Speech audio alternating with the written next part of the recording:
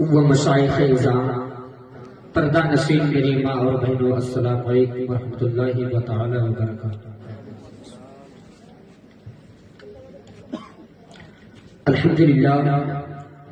الحمدللہ رب العالمین والعاقبۃ للمتقین والصلاة والسلام علی سید المرسلین شفیع المذنبین رحمۃ للعالمین مصباح المقربین سراج السالکین، اما بعد فاعوذ باللہ من الشیطان الرجیم، بسم اللہ الرحمن الرحیم،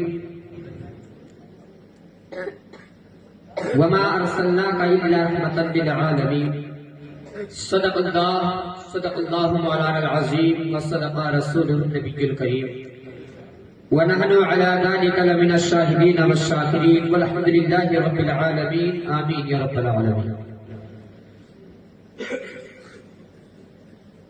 بادئ توحید کے متوالوں، شمع رسالت کے پروانوں، غوث و خواجہ رسا کے چاہنے اور جاننے اور ماننے والوں، آئیے سب سے پہلے آقائے نامدار مدنی مدینے کے تاجدار، دونوں عالم کے مالک و مختار، ہم غریبوں کو اپنے لمبے لمبے ہاتھوں سے بھی عطا کرنے والے داتا، نائب پروردگار جناب محمد رسول اللہ صلی اللہ تعالی علیہ وسلم کے بارگاہ مقدس میں اپنے غلامی کا ثبوت پیش کریں اور دل جمعی اور بلند آواز سے درود شریف کا نذرانہ پڑھے بلند آواز سے اللہم صلی علی سیدنا شفیعنا حبیبنا مولانا محمد بارک وسلم، صلاۃ و سلام علیک یا رسول اللہ صلی اللہ تعالی علیہ وسلم۔ حضرات، میں نے آپ لوگوں سے درود شریف پڑھنے کے لیے کہا، بلکہ کسی کا نعرہ لگانے کے لیے نہیں، جس کی محفل میں بیٹھے ہو اسی کی تعریف کرنے کے لیے کہا ہے۔ اور سرکار مدینہ نے تو یوں کہا ہے کہ کانا بیوم القیامت اکثرہم علیہ صلاۃ، مفہوم سنو گے تو دل خوش ہو جائے گا۔ سرکار فرماتے ہیں کانا بیوم القیامت اکثرہم علیہ صلاۃ، علماء کرام مفہوم یوں لکھتے ہیں مفسرین کرام کہ نبی رحمت صلی اللہ تعالی علیہ وسلم ارشاد فرماتے ہیں کہ کل بروز قیامت کے دن وہ شخص میرے سب سے زیادہ قریب ہوگا جو دنیا میں کثرت سے مجھ پر درود پڑھے۔ بتاؤ کون میدان محشر میں اس زمین پر، زمین تانبے کی ہوگی، آسمان فولاد کا ہوگا، جہاں پر کسی کے باپ کی حکومت نہیں چلے گی، وہ چاہے میں ہوں یا چاہے آپ۔ ہر انسان کو، پوری دنیا کے انسان کو ایک جگہ ہی جمع ہے۔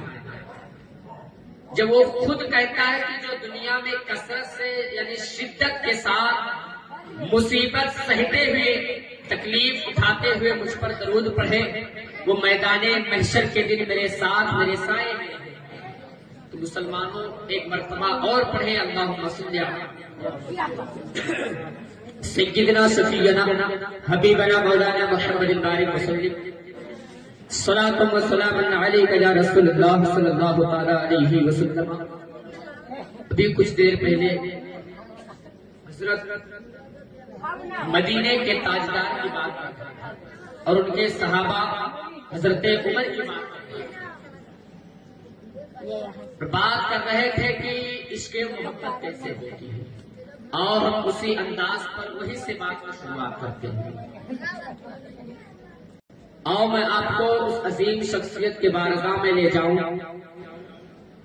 جو محبت کے معاملے میں، عشق و محبت کے معاملے میں ایسا تھا کہ اپنی پوری زندگی گزار دی، جنہیں آج یہ دنیا علامہ نقی خاں کا بیٹا امام احمد رضا خاں کے نام سے جانتی ہے، اعلیٰ حضرت کے نام سے جانتی ہے، جن کے ذریعے ہمارا اسلام ابھی تک زندہ ہے، جن کے ذریعے ہمارا اسلام ابھی تک زندہ ہے۔ اور وہ بریلی کے تاجدار نے جب اپنے عشق کو، اپنے محبت کو ظاہر کیا تو ہمارے جیسا نہیں ظاہر کیا کہ ہم اپنے بچوں کے لیے کھلونا لا دیں، اپنے بچوں کے لیے ہم گھڑی لے کر دے دیں، اپنے بچوں کو کپڑا لے کر دے دیں، اپنے گھر والوں کو سامان دلا دیں، ایسا نہیں۔ بریلی کے تاجدار نے جب اپنے مصطفیٰ سے عشق کا اظہار کیا تو یوں کہا کہ دل ہے وہ دل جو تیری یاد میں کھوتا۔ کیا کہا کہ دل ہے وہ دل جو تیری یاد سے معمور رہا، اور سر ہے وہ سر جو تیرے قدموں میں قربان رہا۔ اور آگے یوں لکھتے ہیں کہ انہیں جانا انہیں مانا نہ رکھا غیر سے کام، للہ الحمد میں دنیا سے مسلمان گیا۔ میرے ملت کے نوجوانوں، پہلی بات میں جہاں بھی جاتا ہوں اللہ ماشاء اللہ پہلے دلیل لیتا ہوں سب سے۔ اگر آپ مصطفیٰ کے ماننے والے ہیں، اگر مصطفیٰ کے ماننے والے ہیں تو اپنے دونوں ہاتھوں کو اٹھا کر فضاؤں میں گواہی دیں کہ مصطفیٰ کے ماننے والے ہیں۔ میں ایک نعرہ لگاتا ہوں، آپ لوگ اس کا جواب دیں، اور یہ نعرہ جنہیں آج جو نعرہ لگاتے ہیں لوگ، یہ نعرہ بہت ٹرینڈنگ پر چلتا ہے، بہت ٹرینڈنگ پر ہے، اور وہ نعرہ جانتے ہو کیا ہے؟ میں نعرہ لگاتا ہوں، سنیں، لبیک یا رسول اللہ۔ سنی ہو تو جواب دینا، سنی ہو تو جواب دینا۔ اپنے ہاتھوں کو، دونوں ہاتھوں کو فضاؤں میں لہراؤ اور میرے ساتھ نعرے کا جواب دو، لبیک لبیک یا رسول اللہ، لبیک یا رسول اللہ۔ آؤ کم وقت میں زیادہ باتیں بتانے کی کوشش کروں گا۔ میرے ملت کے نوجوانوں، میں نے جو آیت کریمہ پڑھنے کا شرف حاصل کیا، اللہ تبارک و تعالیٰ ارشاد فرماتا ہے، وما ارسلناک الا رحمۃ للعالمین۔ میں نے اپنے محبوب کو سارے جہان والوں کے لیے رحمت بنا کر بھیجا۔ اللہ تبارک و تعالیٰ نے یہ نہیں کہا کہ میں صرف مسلمانوں کے لیے بنا کر بھیج رہا ہوں، بلکہ یہ کہا کہ میں سکھ کے لیے بھی بھیج رہا ہوں، عیسائی کے لیے، ہندو کے لیے، یعنی 73 فرقے ہیں، سب کے لیے بھیج رہا ہوں۔ کیا اپنے مصطفیٰ کو رحمت بنا کر، ہمارے لیے ہی نہیں سب کے لیے۔ اگر صرف ہمارے لیے ہوتے تو ہمارا ہی مکان 4 منزل کا ہوتا، آج بھی ان کا مکان 4 منزل کا ہے۔ مصطفیٰ کا کرم ہے تبھی تو، مصطفیٰ کا کرم ہے، مصطفیٰ کا عطا ہے تبھی تو سب کے پاس، ہمارے پاس، ان کے پاس بھی 4 منزل کا گھر ہے۔ آج ہم اس دائرے گیتی پر جو سانس لے رہے ہیں مصطفیٰ کا ہی صدقہ ہے۔ آج اس دھرتی پر ہم پیدا ہوئے ہیں تو یہ مصطفیٰ کا صدقہ ہے۔ آج ہمارے پاس یہ جو منزل بن رہے ہیں یہ مصطفیٰ کا صدقہ ہے مسلمانوں۔ آج ہمارے پاس یہ جو دولت ہے مصطفیٰ کا صدقہ ہے، ہمارے اندر جو جان ہے یہ مصطفیٰ کا صدقہ ہے، یہ آسمان کا سایہ جو ہمارے اوپر تنا ہے مسلمانوں یہ مصطفیٰ کا ہی صدقہ ہے، ہمارے پیر کے نیچے یہ جو زمین کی پرت بچھائی گئی ہے مصطفیٰ کا ہی صدقہ ہے۔ میرے ملت کے نوجوانوں، ہمیں یہ جو دولتیں ملی ہے مصطفیٰ کے صدقے میں ملی ہے، ہمیں یہ زندگی ملی ہے تو مصطفیٰ کے صدقے میں ملی ہے، ہمیں یہ سانس لینے کی جو قدرت و طاقت ملی ہے مصطفیٰ کے صدقے میں ملی ہے۔ میرے ملت کے نوجوانوں، ہم لوگوں کو یہ جو دولت اور اشیاء ملا ہے مصطفیٰ کے صدقے میں ملا ہے۔ کسی کو جو کچھ بھی ملا ہے مصطفیٰ کو صدقے، مصطفیٰ کے صدقے میں ملا ہے۔ یہ آسمان کے پردے بچھائے گئے ہیں تو مصطفیٰ کے صدقے میں۔ میرے ملت کے نوجوانوں، ساری دنیا کے ہر ایک چیز کو اگر پیدا کیا گیا ہے وہ چاہے ذرہ ہو، وہ چاہے انسان ہو، وہ چاہے جانور ہو تو مصطفیٰ کے صدقے میں۔ تو پھر ہم کیوں نہ فخر کے ساتھ کہیں